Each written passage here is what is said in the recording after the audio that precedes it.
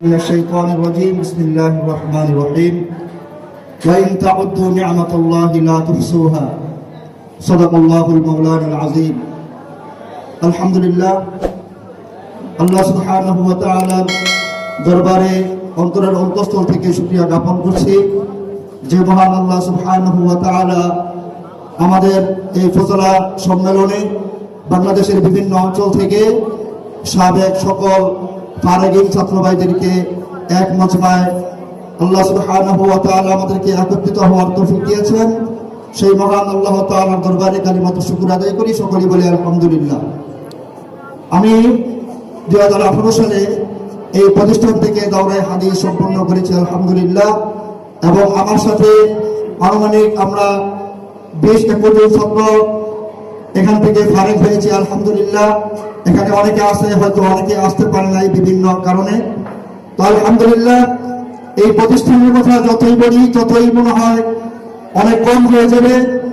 এই প্রতিষ্ঠানের অবদান আমার উপরে এই পরিমাণ যে যদি আমি আমার মৃত্যুর আগ পর্যন্ত এই প্রতিষ্ঠানের কথা বলি তাহলেও এই প্রতিষ্ঠানের শুকরিয়া আদায় হবে না।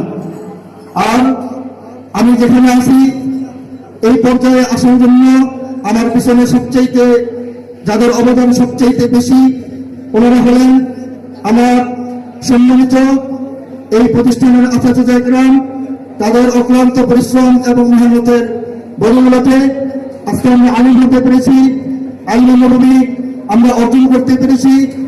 আচার্য গ্রাম আমাদের পিছনে শ্রম না দিয়ে যদি তারা দুনিয়ার পিছনে ছুটতেন তাহলে হয়তো দুনিয়ার তারা অনেক বড় বড় ব্যক্তিত্ব অর্জন করতে পারতেন।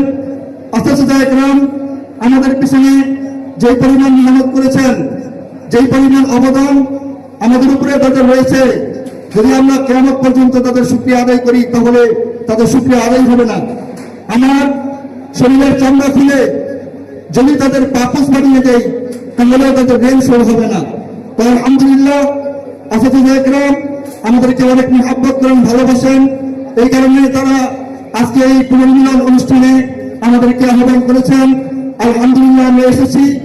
আমরা আচার্য গ্রামের জন্য দোয়া করি, তারা যেন আমাদেরকে ভবিষ্যতে এইভাবে তারা যেন আমাদেরকে স্মরণ করেন।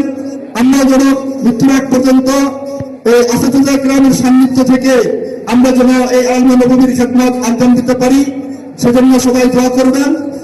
আচার্য গ্রামকে আল্লাহ পাক নেক হায়াত দারাজ করুন এবং তাদেরকে বাকিটা জীবন এইভাবে এই ইলম ছড়িয়ে দেওয়ার তৌফিক দান করুন। এই বলে আমার সংক্ষিপ্ত বয়ান শেষ করলাম। ওয়া আখিরু দাওয়ানা আলহামদুলিল্লাহি রাব্বিল আলামিন।